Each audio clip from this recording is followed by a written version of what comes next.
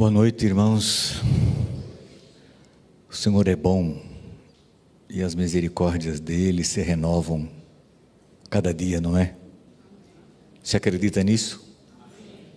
Eu acredito, Deus é bom. A despeito dos desafios, das lutas, como é bom conhecer Jesus, como é bom ter esperança, como é bom saber de onde viemos, o que estamos fazendo aqui e para onde estamos indo. Como é bom.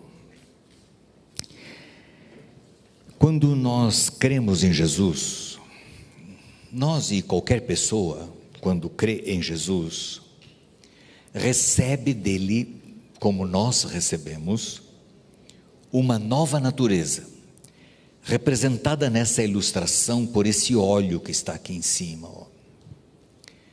Essa água escura representa a natureza pecaminosa que Adão e Eva receberam e que nós recebemos por herança, por genética. Nós fomos concebidos em pecado, naturalmente nós somos pecadores. Nós não somos pecadores porque pecamos, nós pecamos porque somos pecadores. Conseguiu identificar a diferença? Gato não mia para ser gato, ele mia porque é gato. Assim como o cachorro não late para ser cachorro, ele late porque é cachorro. E nós pecamos porque somos pecadores. Nós não somos pecadores porque pecamos, por causa dessa natureza aqui, a natureza carnal, que a Bíblia menciona. Mas quando aceitamos Jesus, nós recebemos dele, pela fé e pela graça, essa nova natureza aqui. Jesus não remove a nossa natureza carnal. Nós vamos permanecer com ela até a glorificação. Esse é o drama de muitos crentes que eu conheci ao longo de minha vida ministerial. Eles dizem assim, depois de um tempo de batismo: pastor, eu aceitei Jesus, eu me batizei, por que eu ainda fico fazendo algumas coisas que eu fazia antes? Por que tenho vontade de fazer algumas coisas erradas? Porque eles não entendem esse processo aqui, Então, quando nós aceitamos a Jesus, recebemos dele uma nova natureza que a Bíblia chama de natureza espiritual. E segundo o plano de Deus, essa natureza deve manter a carnal em sujeição, sob controle. Aí Paulo fala em Romanos: o pecado já não terá domínio sobre nós. Vocês não são mais escravos do pecado, porque agora todos os que são guiados pelo Espírito são filhos de Deus. Estou recapitulando o tema de ontem, tá? Então, o plano de Deus é que esta natureza mantenha em sujeição a natureza carnal. Mas isso vai depender de nós agora. Cabe a você e a mim cuidar dessa natureza. Daí a importância da comunhão diária com Jesus, com a leitura da Bíblia, estudo da lição e assim por diante. Vamos ao tema de hoje, radiografia da tentação. Abra sua Bíblia em Mateus, no capítulo 21 do Evangelho de Mateus. Capítulo 26, verso 41. Mateus, capítulo 26, verso 41. Jesus estava no Getsêmani, os discípulos dormiam, Jesus foi acordá-los, e em algum momento Jesus dissera estas palavras que leremos agora. Podemos ler do verso 40 e 41. E voltando para os discípulos, achou-os dormindo, e disse a Pedro: então nem uma hora vocês puderam vigiar comigo? Agora veja o que Jesus disse: vigiem e orem, para que não caiam em tentação. O espírito, na verdade, está pronto, mas a carne é o quê? É fraca. Olha aqui. Vigiem, fiquem atentos, fiquem espertos e orem. Por quê? Para que vocês não caiam em tentação. O espírito, na verdade, está pronto, mas a carne é fraca. Quando nós oramos o Pai Nosso, o que Jesus nos orientou que deveríamos orar relacionado com a tentação? Não nos deixes cair em tentação. Não nos deixes ser tentado. Por quê? Porque a carne é fraca. Aqui Jesus falou: vigiem e ore para que vocês não caiam em tentação, para que vocês não cedam à tentação, para que vocês não façam aquilo que a tentação quer que vocês façam. Portanto, vigiem e orem. Mas lá na oração do Pai Nosso, Jesus pediu que nós orássemos para que não fôssemos tentados. Por quê? Porque a carne é fraca. E você sabe que esse é o desafio da vida cristã. Você sabe que macaco gosta de banana, né? Pelo menos se diz que macaco gosta de banana. Aí você solta um macaco num bananal com a proibição de comer banana.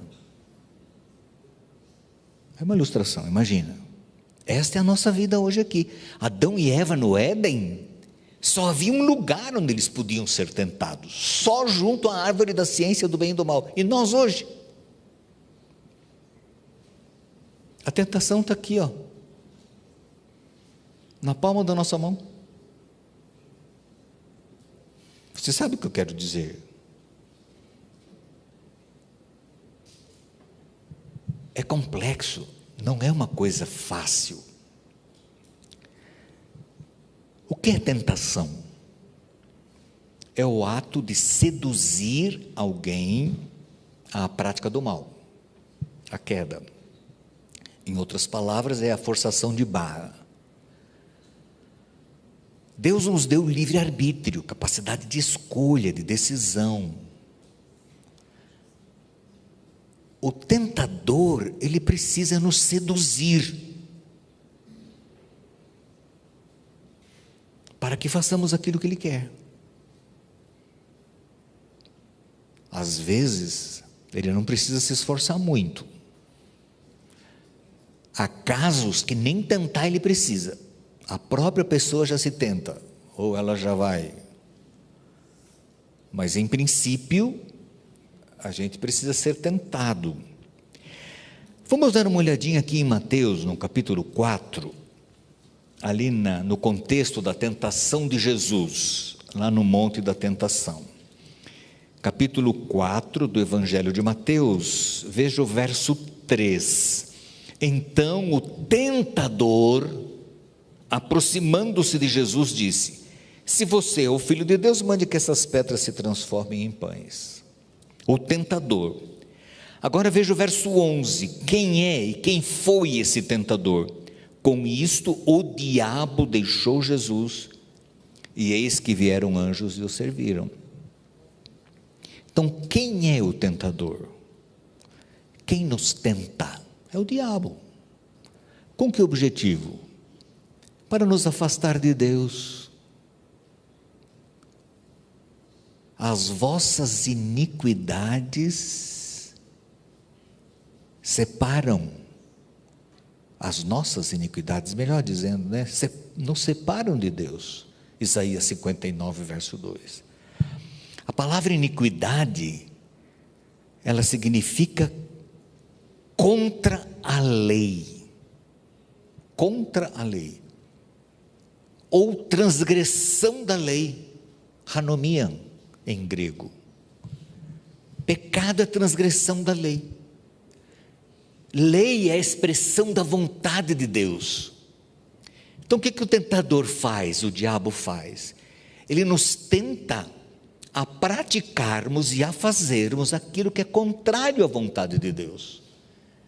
Ele tenta nos levar para a transgressão da lei de Deus, porque se em assim conseguir levar-nos a ceder à tentação, nos afastaremos de Deus. Ser tentado não é pecado. Eu vou repetir. Ser tentado não é pecado. Pecado é ceder à tentação. Pecado é fazer aquilo que a tentação quer que a gente faça. Jesus foi muito tentado. A Bíblia diz que em tudo ele foi tentado, mas nunca pecou. Nem em pensamento Jesus pecou. Nunca pecou. Nunca, nem 1 milímetro Jesus pecou. E ninguém nesse mundo foi tão assediado pela tentação como Jesus. Mas ele nunca pecou. Havia uma diferença básica entre Jesus e nós. Jesus não tinha essa natureza aqui, quando ele viveu nesse mundo. Jesus tinha a natureza representada pelaquela água branca que eu coloquei aqui no início dessa experiência. Jesus tinha a natureza de Adão e Eva antes da queda, porque ele veio provar para o universo e demonstrar para o universo que o ser humano pecou porque ele quis pecar. Ele não tinha propensões para o pecado. Adão e Eva não tinham propensões para o pecado. Nós temos, essa é a diferença. Jesus um dia disse para o diabo: tu não tens nada em mim. Então não havia natureza pecaminosa em Jesus, como existe em nós. Nós não podemos dizer para o diabo que ele não tem nada em nós. Nós temos uma natureza que nos identifica com o mal, com Satanás. E ele vem nos tentar. E a tentação é muito parecida com a isca que se usa para pescar. Você sabe que não se usa qualquer isca para pescar. Tem que ter a isca o quê? A isca o quê? Própria, certa. Certos peixes são carnívoros. Não adianta você colocar milho no anzol, não vai pegar. Mas tem certos peixes que são herbívoros, você pode colocar milho ou outros cereais, sei lá. Existe a isca certa. Aqui na região de Goiás, Tocantins, existe um peixe chamado tucunaré. Conhecem tucunaré? Tucunaré, ali no Rio Araguaia, eu trabalhei ali, eu fui pastor em Tocantins. Hoje é Tocantins, na época era norte de Goiás. Paraíso do norte de Goiás na época, hoje Paraíso do Tocantins. No Rio Araguaia, nas cheias, o rio enchia, a água dominava as margens do rio, e quando o rio secava, ficava lagoas, no meio da mata assim, ou no cerrado, no campo, aquelas lagoas. E ali tinha muito peixe confinado, preso ali, sobretudo tucunaré. A gente fazia até concurso de pesca entre os irmãos e os jovens lá naquela ocasião. E como se pesca tucunaré? Com anzol de colher. O que é um anzol de colher? Não tem isca. É um anzol que tem um elementozinho assim de metal, que você joga a linha e puxa, não deixa a linha. Você puxa, e quando você puxa a linha, com aquele anzolzinho de colher, em cima da água, aquele negocinho vai fazendo assim, e o tucunaré vem. É fácil de pegar tucunaré, pelo menos naquela época tinha muito e era fácil. Mas você só pega desse jeito o tucunaré. Satanás sabe a isca certa para cada pessoa. Para cada pessoa. Lembram de Davi? Qual era a fraqueza da natureza pecaminosa de Davi? Você tem uma ideia? Eu vou dizer: rabo de saia. Essa era a fraqueza de Davi. E Satanás dançou, deitou e rolou em Davi. Criou uma série de problemas para a sua família. Deus teve misericórdia de Davi, porque Davi nunca abandonou o Senhor. E Deus teve misericórdia dele. Mas a fraqueza de Davi era a mulher. Qual foi a fraqueza de Judas? Qual foi a fraqueza de Judas? Ele era ladrão, ele roubava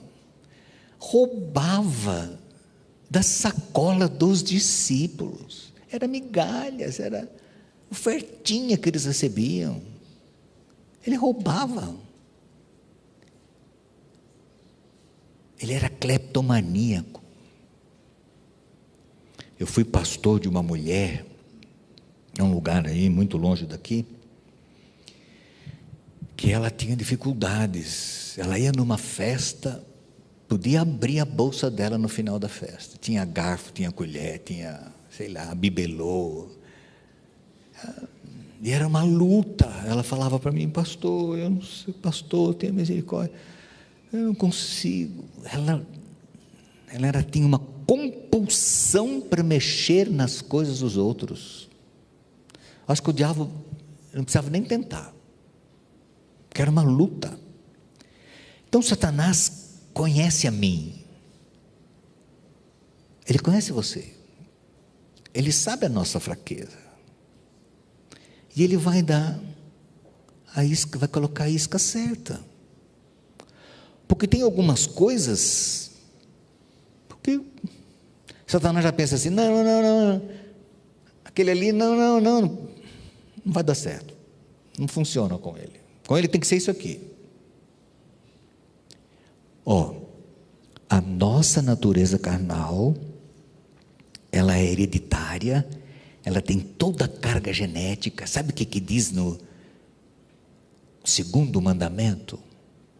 Visitarei a maldade dos pais nos filhos, até o quê? Terceira e quarta geração daqueles que me aborrecem. Agora você imagina eu tive pai pingus, tios pingus. Meus avós não eram pinguços, mas eles tinham fábrica de cachaça, eles tinham alambique.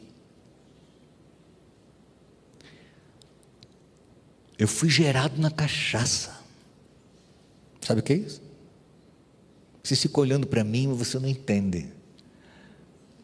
Minha mãe ficou grávida de mim, tinha 20 anos, 19 anos, meu pai 20, solteira, eles eram solteiros. Meu pai, ele não bebia água, ele bebia água que o passarinho não bebe. Aí o meu fígado é arrebentado. Eu tenho um amigo pastor, que nós estávamos um dia num lugar assim, meio social, e alguém trouxe uma cerveja sem álcool e ofereceu para ele. Ele falou: eu não vou beber. Mas por que é sem álcool? Qual é o problema? Não vou beber. Eu me conheço. Da sem álcool para com álcool é um pulo. Ele falou: eu não posso beber. Ele se conhecia. Aí os colegas estranharam. Ele falou assim: até 15 anos de idade, quando eu conheci Jesus, eu era um alcoólatra. Outro falou: 15 anos? Até 15 anos, quando eu conheci Jesus, eu era um alcoólatra. Eu não posso brincar, por isso eu não bebo nem sem álcool. Esse colega conhecia os limites dele. Então a nossa carga genética hereditária faz com que sejamos diferentes uns dos outros. Uns têm mais lutas, outros têm menos lutas. Depende da história, a formação, a educação, o ambiente que você viveu. Mas o que a Bíblia fala? Onde abundou o pecado, o que aconteceu? Superabundou a graça. Porque Jesus conhece as nossas limitações, as nossas fraquezas, as nossas debilidades. E a graça vem na medida em que nós precisamos da graça para superar as deficiências do nosso caráter. Mas precisamos vigiar, cuidar. Vigiem e orem. E essa oração é preventiva. Você sabia que existe esse conceito de oração na Bíblia? Oração preventiva? Eu desenvolvo um tema só sobre oração preventiva. Está na Bíblia a oração preventiva, o conceito, só que nós nunca oramos oração preventiva. Nós só oramos para consertar o que está estragado. No desespero a gente ora para Deus, e não está errado. Estamos doentes, vamos orar. Temos dificuldades, vamos orar. Só que a gente não ora preventivamente para evitar que algumas coisas aconteçam. E Jesus falou: vigie e ore para que não entre em tentação. Jesus pediu que orássemos: não nos deixes cair em tentação. Isso é oração preventiva, é orar antes. Senhor, não deixe eu cair. Senhor, quando eu for tentado, não deixe eu cair. Senhor, não deixe eu ser tentado. Nós temos que orar assim. Pastor Amin Rodor conta a história de um homem, e inclusive ele colocou essa história na meditação matinal que ele escreveu alguns anos atrás. Um homem que orava assim: Senhor, quando eu tiver vontade de pecar, que eu não tenha oportunidade. E quando eu tiver oportunidade, que eu não tenha vontade. Você entendeu? Isso é oração preventiva. Senhor, quando eu tiver oportunidade de pecar, quando eu tiver chance de pecar, que eu não tenha vontade. E que quando eu tiver vontade, que eu não tenha oportunidade. Porque você sabe que tudo é uma questão de oportunidade. Tudo é uma questão de oportunidade para fazer alguma coisa errada. Vigiem e orem para que não entrem em tentação. E cada vez que nós vencemos uma tentação, a nossa natureza espiritual fica mais forte e a carnal fica mais fraca.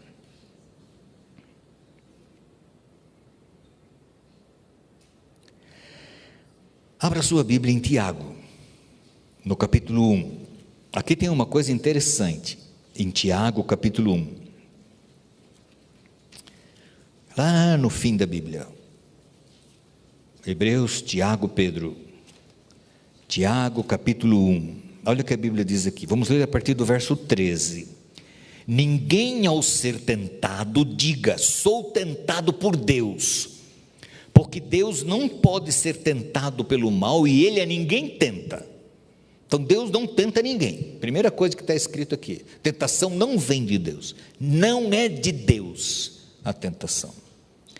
14. Ao contrário, cada um é tentado pela sua própria concupiscência, cobiça, desejo, vontade descontrolada. Eu quero, mas eu quero, é isso aí. Cobiça, vontade, concupiscência, vontade sem controle, desejo intenso. Cada um é tentado pela sua própria concupiscência, quando esta o atrai e o seduz. Então a cobiça, depois de haver concebido, dá luz ao pecado, e o pecado, uma vez consumado, gera a morte. Aqui estão os passos da tentação. Qual é o processo que Satanás usa para nos tentar? Primeiro, ele chama a nossa atenção. A gente precisa ver alguma coisa, ouvir alguma coisa, sentir pelos 5 sentidos. Os únicos caminhos que Satanás tem na nossa mente são os 5 sentidos: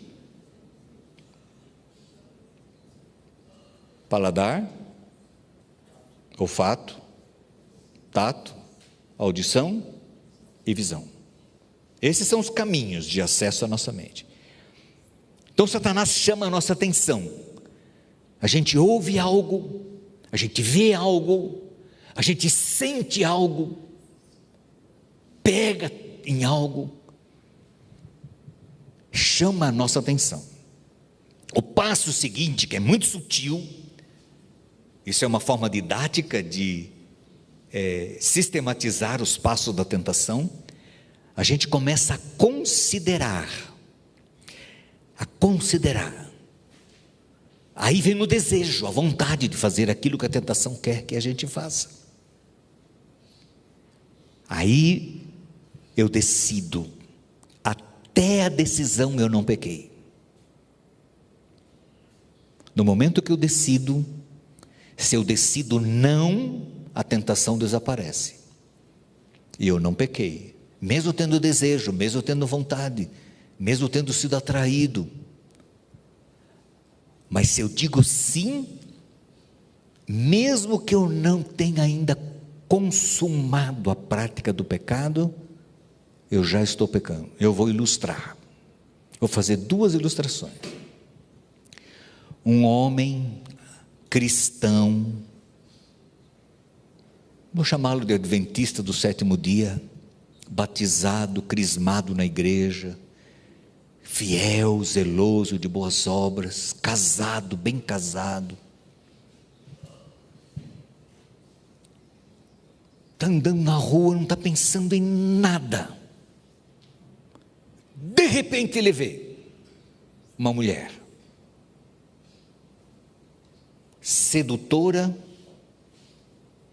e quando ele vê, não está pensando em nada, mas ele vê, e quando ele vê, desperta desejos, eu não consigo nem descrever. Todos os homens sabem o que eu estou falando, todos que estão aqui.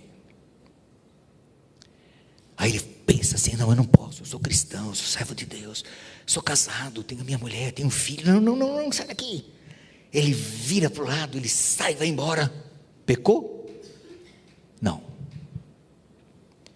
Mas se ele começa a alimentar aquilo, aproxima-se da mulher, pede o telefone, conversa um pouquinho, marca um encontro, um cafezinho, sei lá, no dia seguinte, ele já está em processo de pecado. E uma vez um aluno falou assim para mim, você já pecou em pensamento, então peca de uma vez. Você já pecou mesmo, então já faz tudo que tem que fazer. Eu falei, tem um detalhe, eu disse para eles, mesmo que a gente peque em pensamento, é bom retornar e voltar atrás arrependido, sem praticar o que a tentação quer que eu pratique, por uma única razão, as consequências do pecado. Porque se eu peco no pensamento, e Jesus falou isso, se você olhar para uma mulher com pensamentos impuros, você já pecou no pensamento. Mas é no pensamento. Não houve a prática do adultério. Que consequências existem? É só entre eu e Deus. Mas as consequências do pecado são trágicas. E sabe o que o tentador faz? Você já viu o binóculo? Ele vira o binóculo do lado contrário, quando ele quer que a gente caia em tentação. Aí o pecado está longe, as consequências bem longe. Todo mundo faz, qual que é o problema? Tudo bem, Deus perdoa, tudo bem. Quando a gente peca, ele vira. E aí o negócio aparece tremendo diante de nós. Outra ilustração, sexta-feira à tarde, a mãe fez um bolo de cenoura, colocou em cima da geladeira para esfriar, e ela fala para o filho, meu filho, vou ali no mercado, não demoro, já volto, não mexa no bolo que está em cima da geladeira. Tá bom? Não mexa. Mamãe não vai demorar. Tá bom. O menino está brincando, nem lembra do bolo. De repente dá uma sede, ele vai lá na cozinha beber água. Enche o copo d'água e começa a beber água. Quando ele levanta a cabeça para beber água assim, o que ele vê? O bolo. Quando ele vê o bolo, desperta um desejo de pegar só um pedacinho daquele bolo. Aí ele decide pegar o bolo. Vai lá na janela, está limpo, a mãe não está vindo.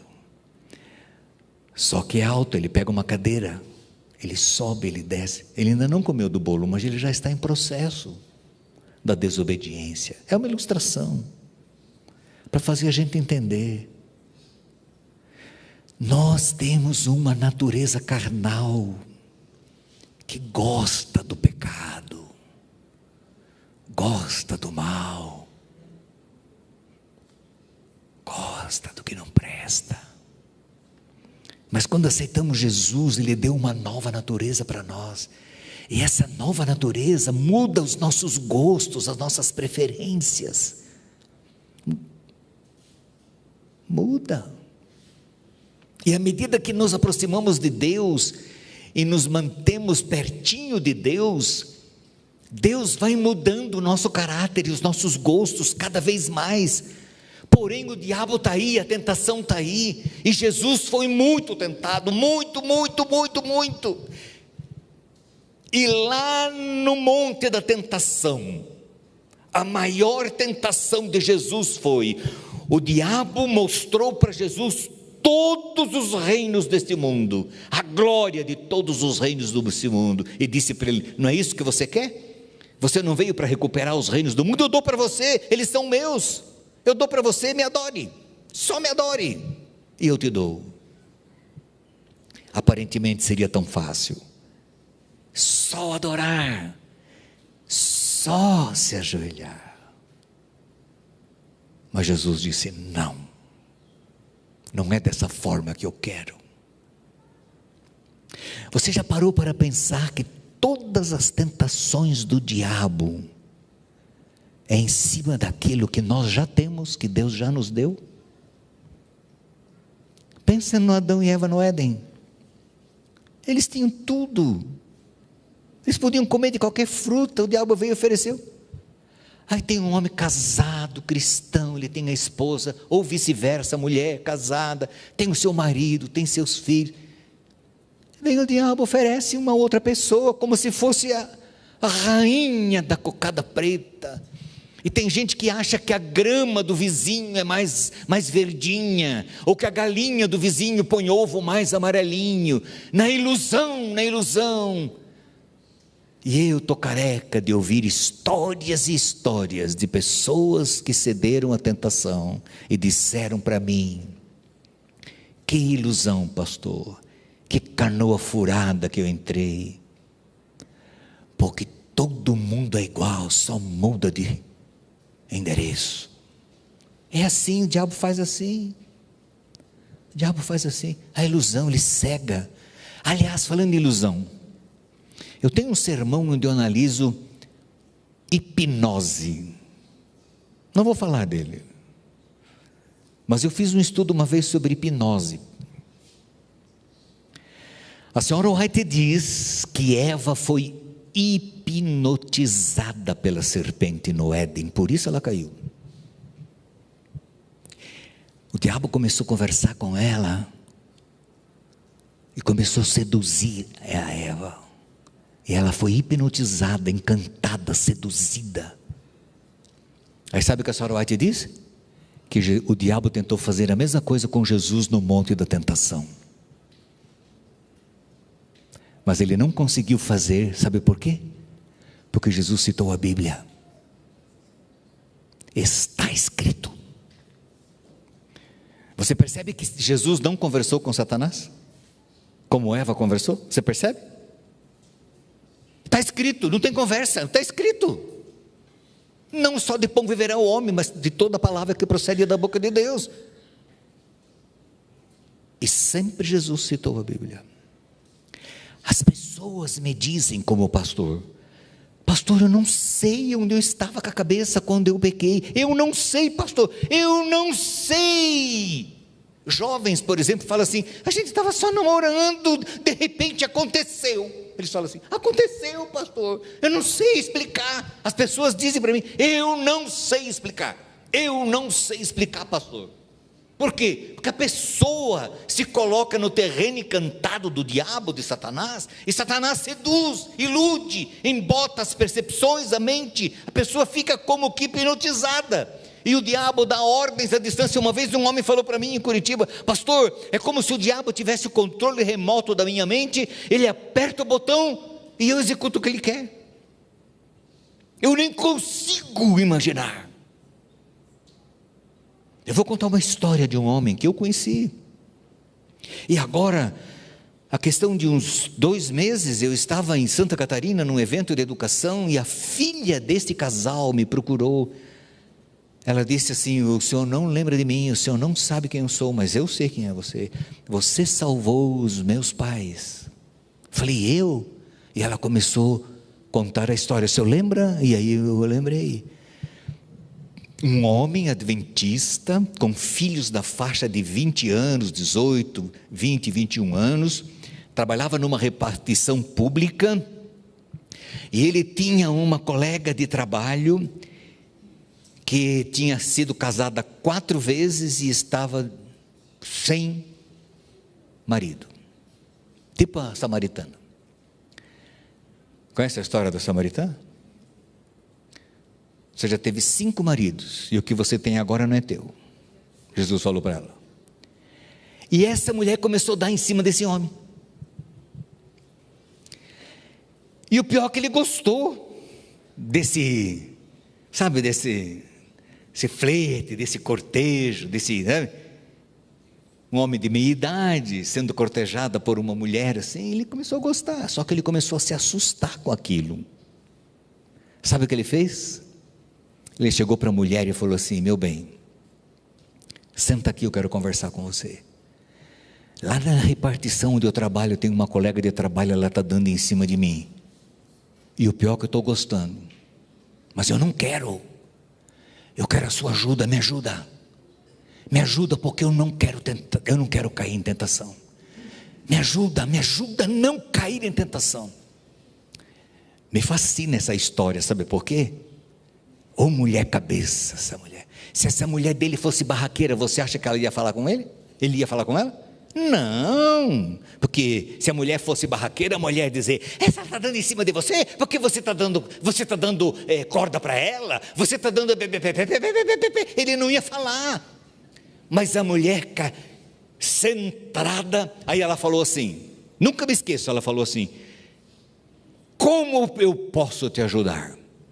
Aí ele disse: a primeira coisa que eu quero que você faça, matricule-se na academia e vá na academia comigo, porque ela se matriculou na mesma academia e ela vai no mesmo horário que eu vou, com roupas bem provocantes. Vá comigo na academia. E a mulher dele passou a ir na academia com ele, para cuidar do marido dela. E quando eu falo nos encontros de casais, eu falo: irmã, cuida do seu marido, vigie, tem muita quenga por aí, cuida do seu marido, irmã. Às vezes você, como irmã, você fica assim, sabe assim, não, fique esperta, vigie e ore. Vocês já assistiram aquele filme, O Quarto de Guerra? Já assistiram? Ali tem uma história da mulher orando e o marido lá na boca da serpente, da cobra, da víbora, não sei o que você quer, né? E aquela sedução, e de repente o marido começa a passar mal. E quando eu mostrei esse filme, lá assim que saiu, para os meninos lá da associação onde eu trabalhava, porque eu era líder de família, e aí comprei uma cópia do filme e dei para todo mundo assistir, que a gente discutiu no culto do escritório. Um deles falou assim para mim: pastor, forçada aquela cena do filme. Eu falei: forçado por quê? A mulher ora e o homem começa a passar mal. Eu falei: você não conhece Deus. Eu falei para ele: você não sabe do que Deus é capaz. Ore, irmão, pela sua mulher. Ore, irmã, pelo seu marido. Vocês lembram daquela boate Kiss, lá em Santa Maria? Vocês lembram? Aquela cidade de Santa Maria é uma cidade universitária. Lá tem muitas repúblicas de estudantes que moram nas repúblicas, que vão de todos os lugares para lá. E lá tem um filho de uma família adventista que morava numa república, um rapaz. Ia na igreja, naquele sábado ele foi na igreja, ele foi no JA, só que ele tinha comprado um ingresso para ir naquela boate naquela noite de sábado. Ele tinha um ingresso, ele tinha planejado ir naquela boate naquela noite. Mas terminou o JA, ele foi para a república, não tinha ninguém na república, os colegas já tinham saído, tomou um banho, comeu, e tinha que esperar umas 11 horas para ir para lá. Deitou no sofá, ligou a televisão e dormiu profundamente. Acordou na manhã, domingo, com a televisão ligada e com a notícia. Por que ele dormiu? Os pais oravam por ele.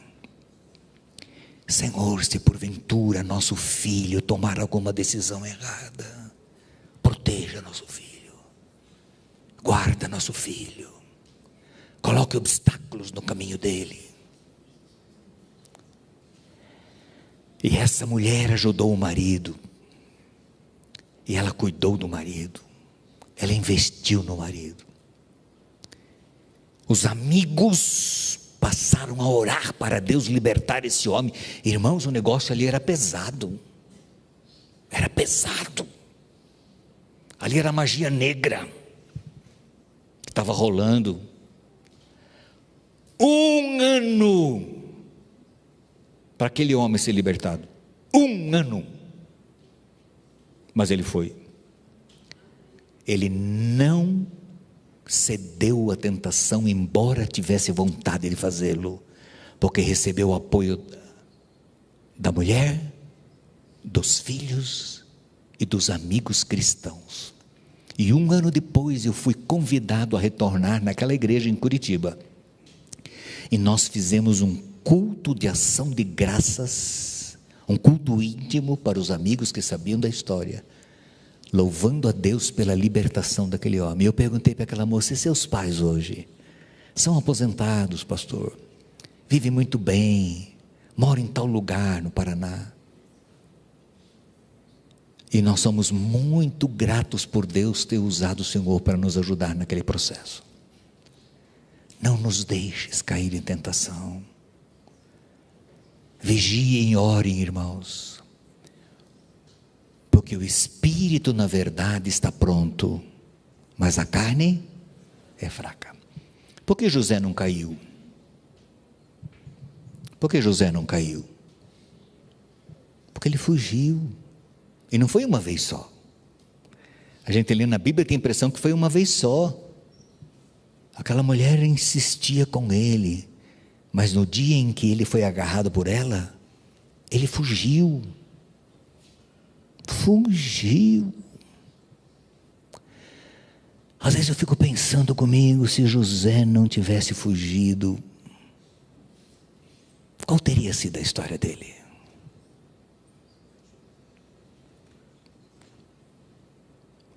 Que Deus abençoe você, irmão. Amém. A cada um de nós, ao nosso lar, a nossa casa, a nossa família, o nosso casamento. Porque o diabo está aí, como um leão, pronto para devorar. Mas eu gosto de pensar numa coisa, que assim como o diabo é representado na Bíblia como um leão pronto para devorar, Jesus também é representado no Apocalipse como leão. Leão do quê? Da tribo de Judá. Porque só um leão pode vencer quem? Um outro leão. E o nosso leão, o leão da tribo de Judá, ele vai cuidar de cada um de seus filhinhos, que buscar nele socorro, que pedir auxílio, no momento oportuno, no momento da fraqueza, no momento em que o tentador aparecer com as suas mentiras, com seus embuses, com seus engodos, Jesus vai socorrer seus filhos. Abra sua Bíblia em Hebreus 4, e com esse texto nós vamos terminar. Hebreus 4, está bem pertinho aí de Tiago, onde nós estamos. Hebreus capítulo 4, verso 14 a 16, olha o que a palavra de Deus diz: tendo pois Jesus, o Filho de Deus, como grande sumo sacerdote, que adentrou os céus, conservemos firmes a nossa confissão, porque não temos sumo sacerdote que não possa se compadecer das nossas fraquezas. Pelo contrário, ele foi tentado em todas as coisas, a nossa semelhança, mas sem pecado. Isto é, ele nos conhece, ele sabe, nos conhece individualmente, conhece as nossas fraquezas, nossa história, nossas lutas, nossas deficiências de caráter, nossos pontos fortes, ele também conhece. Ele sabe que dependemos e precisamos dele, porque ele foi tentado em todas as coisas, mas nunca pecou. Portanto, verso 16, aproximemo-nos do trono da graça com confiança, a fim de recebermos misericórdia e encontrarmos graça para ajuda em tempo oportuno. O nosso Criador, o nosso Remidor, aquele que se tornou ser humano como um de nós, venceu por nós e intercede por nós junto do Pai, como nosso sumo sacerdote. Devemos buscar nele a força que precisamos para não ceder à tentação. E agora eu lembrei de uma história. Você sabe que velho tem muita história, né? Pastor Amin diz que velho tem para-brisa pequeno e retrovisor grande. Eu conheci um homem cristão, adventista, um homem de uma aparência impressionante, a mulher, um casal lindo, filhos bonitos, mas esse homem tinha um envolvimento social muito grande, e ele gostava de vinho, e ele bebia vinho socialmente, ele dizia, uma tacinha de vinho todos os dias para fortalecer o coração. E quando ele ia nas festas dos amigos glamourosas, ele não rejeitava uma taça de vinho, e sempre apaziguava a consciência, dizendo: faz bem para o coração, e eu só bebo socialmente. Mas os anos foram se passando, e um dia houve um problema no casamento, e eles se divorciaram. Ele não aceitou o divórcio, ele entrou em depressão, e adivinhem o que ele buscou para afogar as suas mágoas, as suas angústias. O que foi?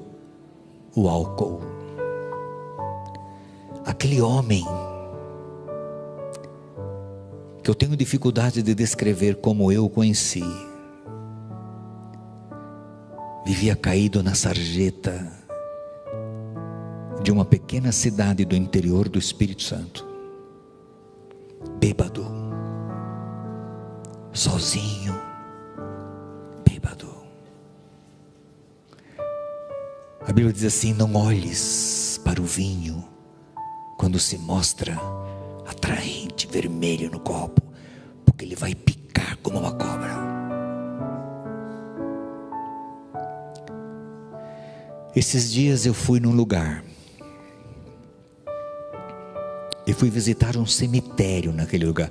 Você sabe que de vez em quando eu gosto de ir no cemitério, sabia? Mas não é para enterrar ninguém não, eu gosto de ir no cemitério. Aliás, você devia ir de vez em quando no cemitério. Vocês que são jovens, deviam ir de vez em quando no cemitério, para ler os epitáfios, dar uma olhadinha, para entender quão passageira é a vida e quão efêmeras são as coisas dessa terra. Há um cemitério que eu gosto de ir em São Paulo, o cemitério do Araçá, no bairro da Consolação. Ali estão sepultados os grandes coronéis, barões do café do estado de São Paulo. Lá tem mausoléus que são verdadeiras obras de arte. E quando eu vou lá, eu fico olhando assim: aqui jaz o barão. E eu pergunto assim, eu digo assim: e daí? E daí, barão? Você sabia que na Avenida Paulista, numa paralela, tem uma dessas mansões que se transformou num velório de luxo? Eu fui uma vez nesse velório de luxo. Só pessoas ricas são veladas ali, porque é um custo gigantesco. E eu estava lá sentado na sala principal daquela mansão, cheia de vitrais, sabe? Escadarias de madeira que talhadas, indescritíveis. Eu fiquei pensando comigo: aquele barão nunca imaginou que um dia a sua mansão se tornaria num velório. Porque neste mundo tudo passa. Eu fui nesse cemitério e de repente eu encontrei a tumba deste homem que eu falei do vinho. Aqui jaz fulano de tal. E tinha uns 3 homens sentados assim. Eu perguntei para eles: vocês conheceram essa pessoa? Sim, pastor, nós o conhecemos. Eles falaram assim: morreu como um bêbado. Aí eu perguntei: será que no último momento ele não entregou a vida a Deus? Seria tão bom se ele tivesse entregue a vida dele a Deus no último momento de vida. Aí eles falaram: a gente não sabe, mas o que a gente conhece da história dele foi essa: morreu vítima da cachaça, da bebida. Pelo sangue de Jesus, cuida de ti, irmãos. Jesus morreu por nós. Ele quer nos salvar. E Ele não vai deixar que o diabo nos vença. Ele não vai deixar. Ele é o bom pastor. Ele luta pelas suas ovelhas. Lembra de Davi, que matou um leão, matou um urso para salvar suas ovelhas. Jesus faz assim. Mas você tem que pedir, você tem que clamar, você tem que buscar. Ore, vigie, porque o espírito na verdade está pronto, mas a carne é fraca. Querido Pai, nosso Deus, aqui está a tua igreja, teus filhos, tuas filhas, alguns mais experientes, outros mais jovens. O Senhor os conhece pelo nome, sabe quem são. Conhece as lutas, as deficiências de caráter, os pontos fortes e frágeis da vida de cada um. Sustenta teus filhos pelo Espírito Santo. Não permita que sejam levados pelas mentiras do diabo, de Satanás. Que não caiam em tentação, mas que sejam fortes. Quando tiverem oportunidade de pecar, Senhor, que não tenham vontade. E quando tiverem vontade, que não tenham oportunidade. Salva-nos a todos. Preserve nossa família, nossos filhos, nosso lar e a nossa vida para o reino dos céus.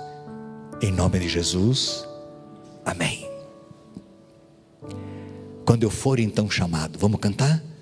Em pé, só uma estrofe.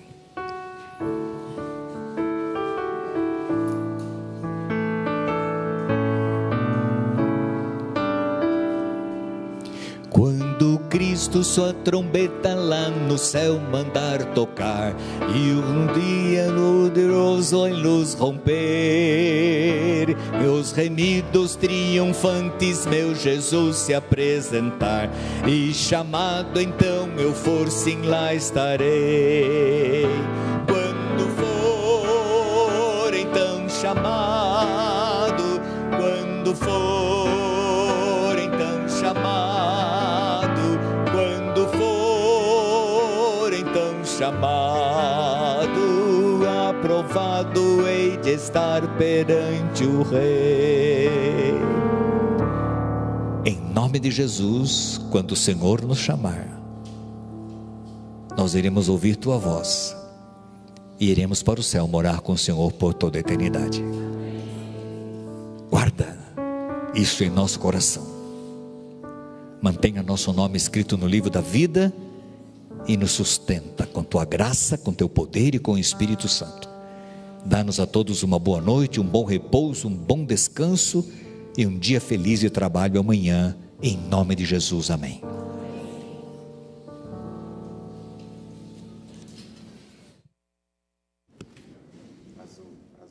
Muito obrigado, pastor. Bom, queridos, nos despedimos agora com a graça de Deus, e lembre-se, amanhã às 19h45 nós o esperamos aqui, tá bom? Que Deus te abençoe e tenham todos uma ótima noite.